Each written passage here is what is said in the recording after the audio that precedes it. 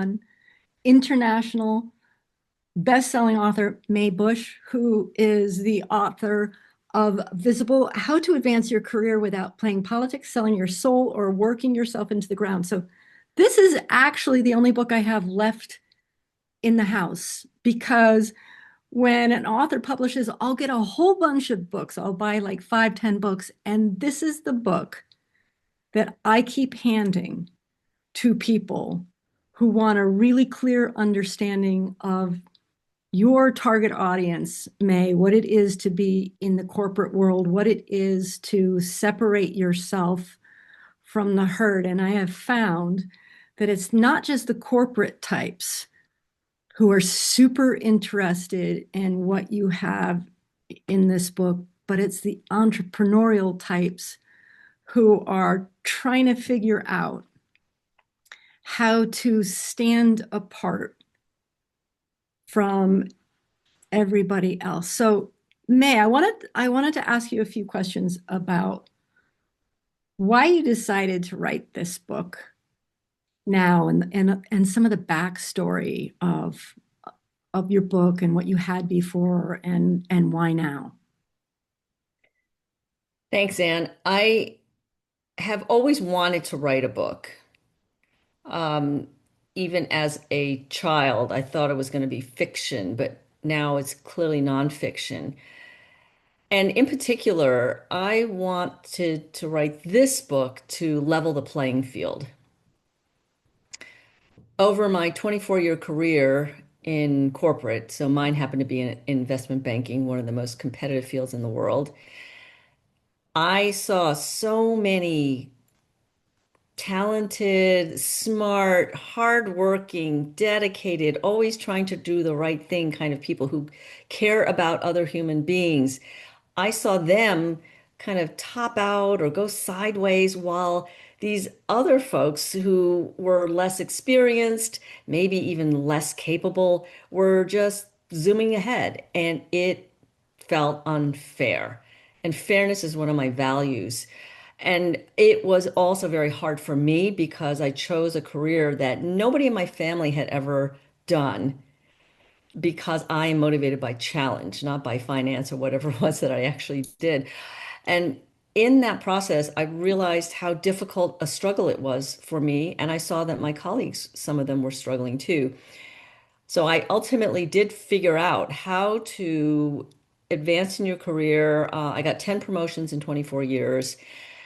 And I also didn't get some where I learned even more. But I wanted to take all the things that I had learned in such the hard way and put it together in a way that I could help other people who are coming up in that same kind of arena, that kind of field, because I just didn't want everybody else to have to suffer through as many mistakes and issues as I did.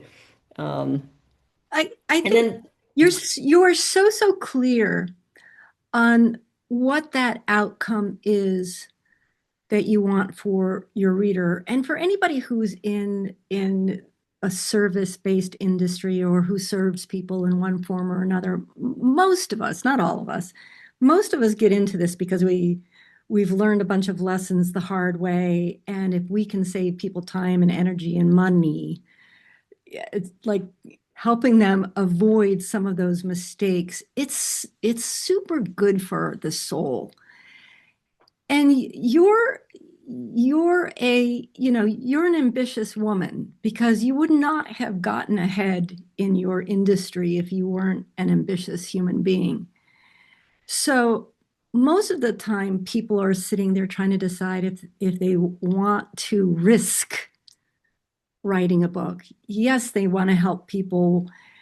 Yes, they want the book to do something for them, but they're a little bit nervous. So I want to taking that and coming back to this idea of, yes, we know what you want to do for your reader. What did you want this book to do for you? that is a really good question. Uh, for me, I had already written what you kindly called a booklet.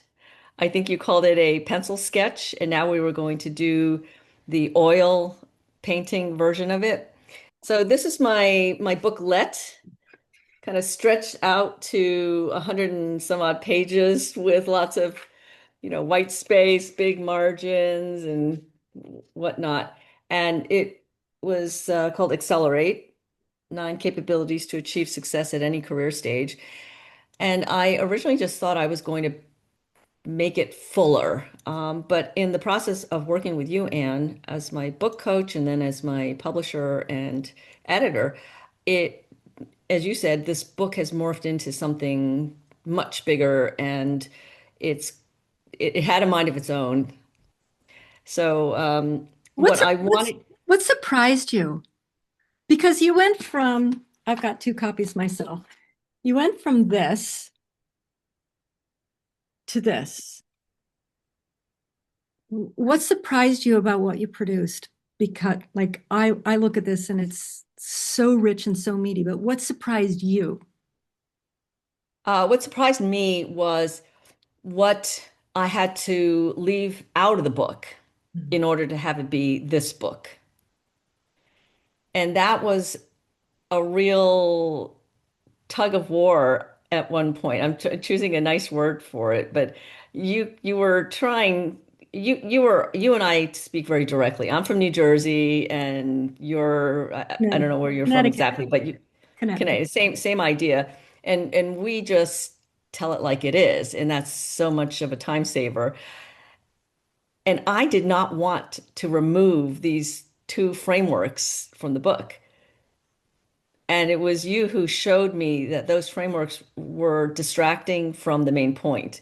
So that's one thing that surprised me, that removing something was unlocking the best of what the book could be. Yeah. And yeah. It totally focused the book. So But Anne, I'm not sure I answered that first question you asked just before that. go back and answer it. So what did I want the book to do for me? Um, I wanted the book to be part of my brand, and I also wanted it to link directly to one of my core offerings, to my Career Mastery membership. And that's a membership that we are looking to substantially invest in and grow. So there was a real business purpose to it, not just to get my ideas out in the world on paper. And when I did the first book, it was more motivated by, I just want to get my ideas out there, and I didn't have much more of a goal.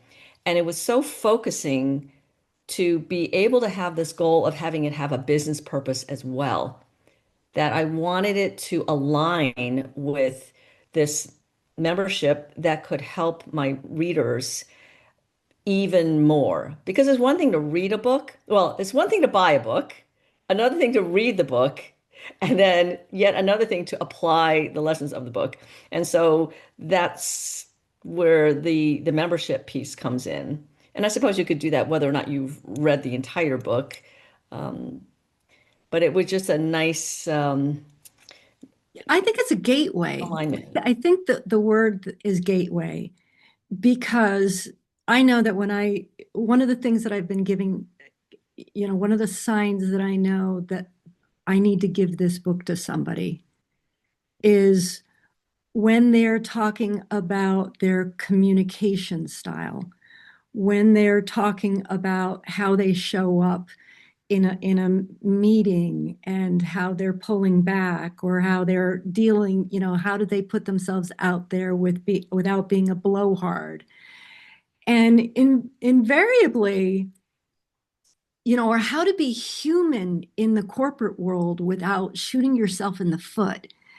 And I think you're like such a brilliant example, and you write about so many instances about being superhuman and seeing your own foibles and seeing your own reluctance to promote and all the things that were coming up inside of you when you're sitting in these situations, and then making the decision to change, making the decision to work on it as opposed to accept that this is just how you are and this is just how you roll. One of those, I've witnessed in this book those decision moments for you of recognizing that something you're doing isn't working and then making the change. Can you point to a particular incident?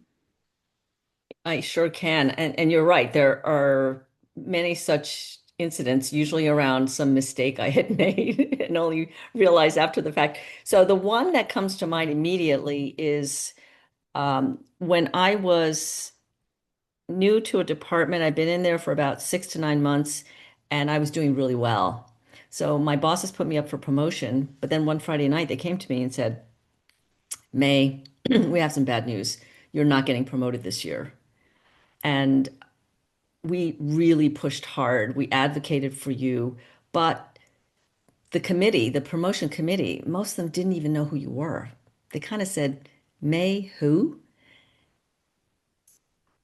And they couldn't believe that you had done so well in just 6 to 9 months. So they said, she can wait another year. And that's my wake up moment. That was my biggest wake up moment, that this May who, it then just finally dawned on me that I needed to be known not just by my reporting line. You'd think, oh, my boss, and even my skip level boss really rates me. But no, when you get more and more senior, it's this whole almost nameless, faceless group that has to know who you are. You have to be visible to them, basically. And that's when I realized because I am ambitious in the best possible way, because that word sometimes has connotations. But yeah, I want to see how well I can do. I want to be the best at what I do, or I strive to be excellent. So yeah, that was one of those examples of a a turning point in my career where I realized something and then I made a change. I see you as an incredibly resilient person. I really do. Not just, Thank you. I see you as not taking things too personally, as somebody who just recognizes you've been given feedback and you course correct without, clutching your collar and saying, "Oh my God, I've been found out a fake," or whatever it is that people get all upset about when they receive feedback that they don't like.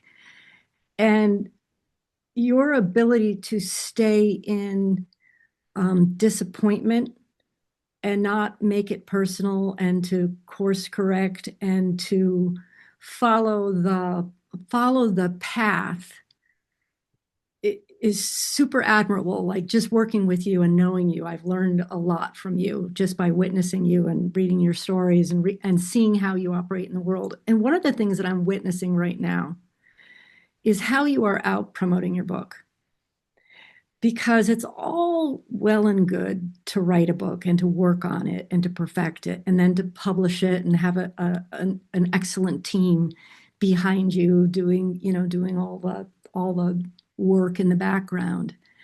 And it's another thing entirely to be out there promoting your book. And I see what you're doing, not everything, like detail by detail. I see what you're doing by the dashboard, the sales dashboard. And I want to know what that decision point was, where you were going to take this book and you were going to run with it and you were going to promote it and you were going to make it happen. I would love to know that, because I think it's such useful mindset therapy for people who are going to enter into that process one day. What went through your head? Well, first, I was in a bit of shock because I had just handed in my manuscript and I was getting copy edit, comments back, fine. The final pass through, okay, great. No, you can't make those changes at this point, May. Okay, well. And then I thought, oh, well, I can relax now. But no. So it was a huge shock to the system that you think writing the book and getting it ready to be published is birthing the book. But then there's an equal and even longer term, well, it depends on how long it takes to gestate the book, but an equally big project to promote the book. So that, number one, was a total shock to my system. I was really expecting to take a little time off, and that just did not happen. But that's okay. You're right. I got a lot of grit and all that, and I'm very determined. So then you and Walt put together a bit of a timeline of what we should be doing. And fortunately, I have a small but mighty team, and they are fantastic. Uh, Pound for pound, I put my team up for whatever award relative to any other team on the planet. And when we looked at the list, there was a lot of wood to chop. There was a lot that we needed to do. So we just said, okay, we're going to do it. Then choice, for example, okay, another choice was, well, did I want to go for bestseller status? And I always want to try and be the best, do whatever it takes to to reach as high as I can. So shoot for the moon, or shoot, what is the saying? Shoot for the stars and maybe you'll reach the moon kind of thing. So it's just, we're going to go for it. We've come this far, go for it. Go for it. And the other thing in the decision making is I have learned that most of my regrets in my life, in my career, have been things that I did not do. So acts of omission. And they weren't, hardly any were things that I did do. So my regrets were acts of omission, not acts of commission. And that is what now just reminds me constantly, you got to go for it, go for it, go for it, because we all have to live a life of no regrets. And I remember thinking, gosh, are we going to go for this? And my business partner, Mickey, he goes, well, how are you going to feel in 2 or 3 years' time looking back and you're not a bestseller? I said, you're right. We got to go for it. So that's really what drove all those choices and decisions. And when you think about the bigger mission that you have, in my bigger mission is really, I want to get the book out to as many of these good people as I can to help them, because we need to have all really well-intentioned, talented, achieving people to get to the level where they can make the biggest impact that they can make to be their best self. So that is what I keep reminding myself. This is not about me. It's not about, oh, look at me, but it is about getting the word out. And instead of who am I to get on live TV spots? Who am I to post on these social media platforms? No, it's who am I to not do these things? Who am I to withhold all of this great advice that, I mean, there was a lot of misery went into collecting it, I can tell you. A lot of suffering, rather, not misery, but you know. So I think it's just this mindset, and it's a growth mindset, not this fixed mindset, as Carol Dweck talks about. You Yeah, have to go I, for things. I want to point something out about your book. In your book, there's a big section about understanding who the people are in your world who have influence on your trajectory in your career, and all of the different people that you need to create relationships with and maintain relationships with and build them. And it's very organic, but it's also very strategic at the same time. And I think that you've shown people in the book how to do it well, how to spot those people who are quietly influencing in the background, or who are capable of giving you excellent advice, even if they're not in the company you work or in the industry that you serve.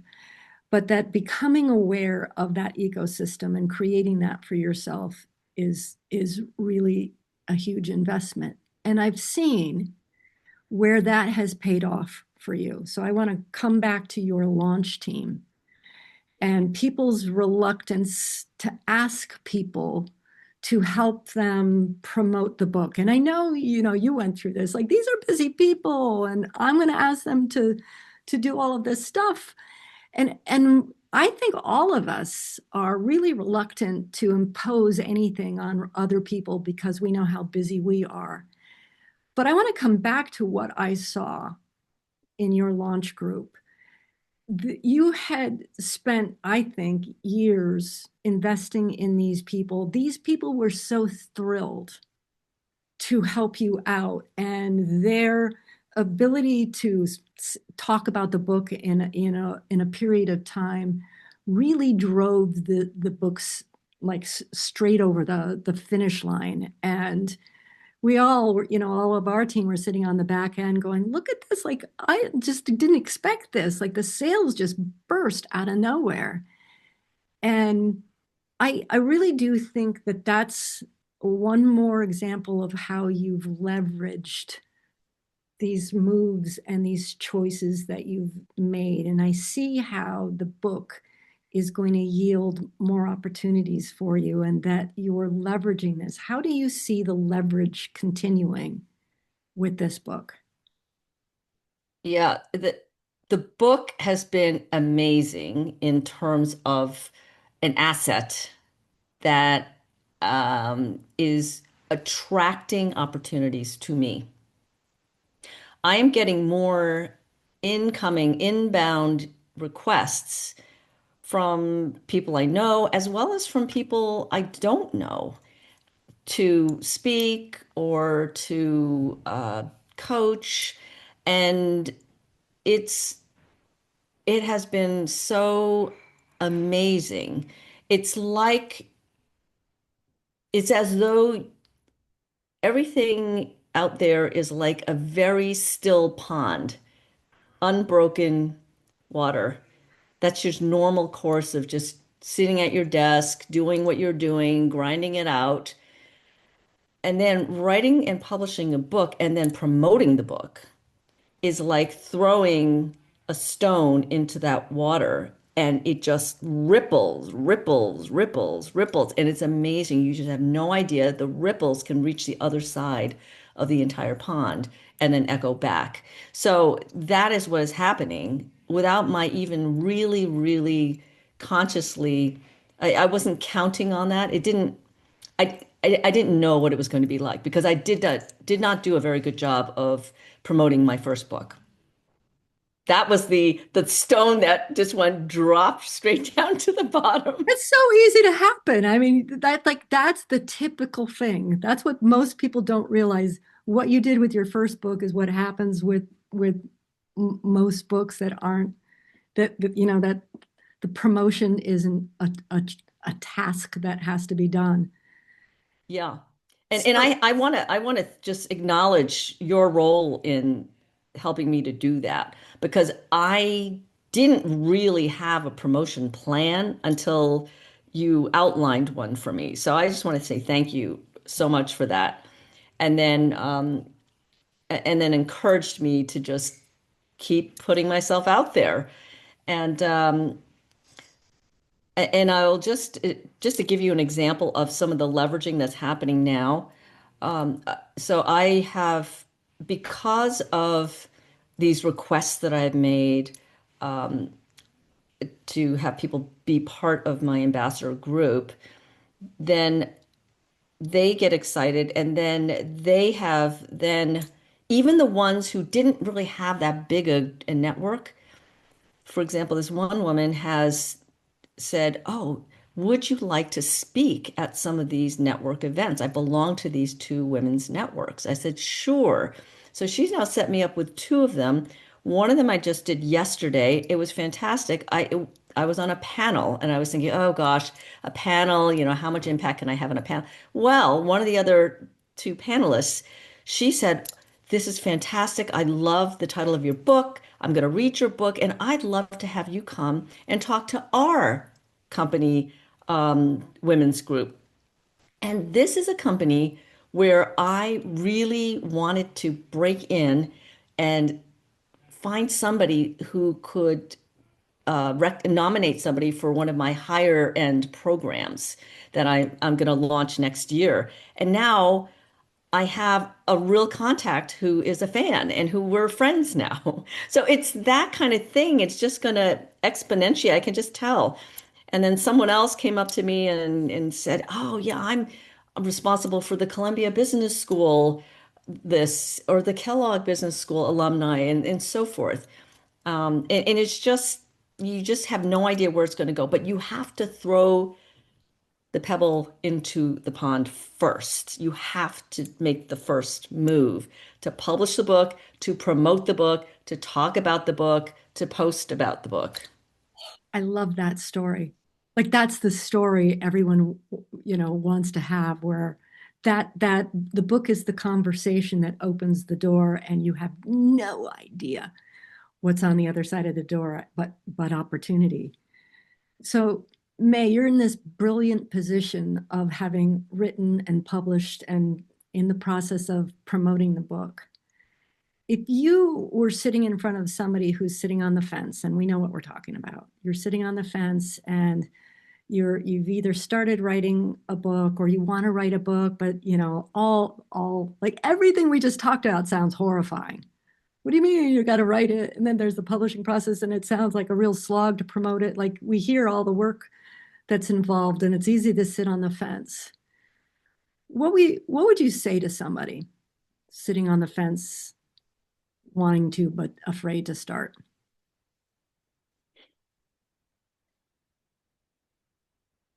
I think it comes back to something you have said, and you have made the titles of both of your books.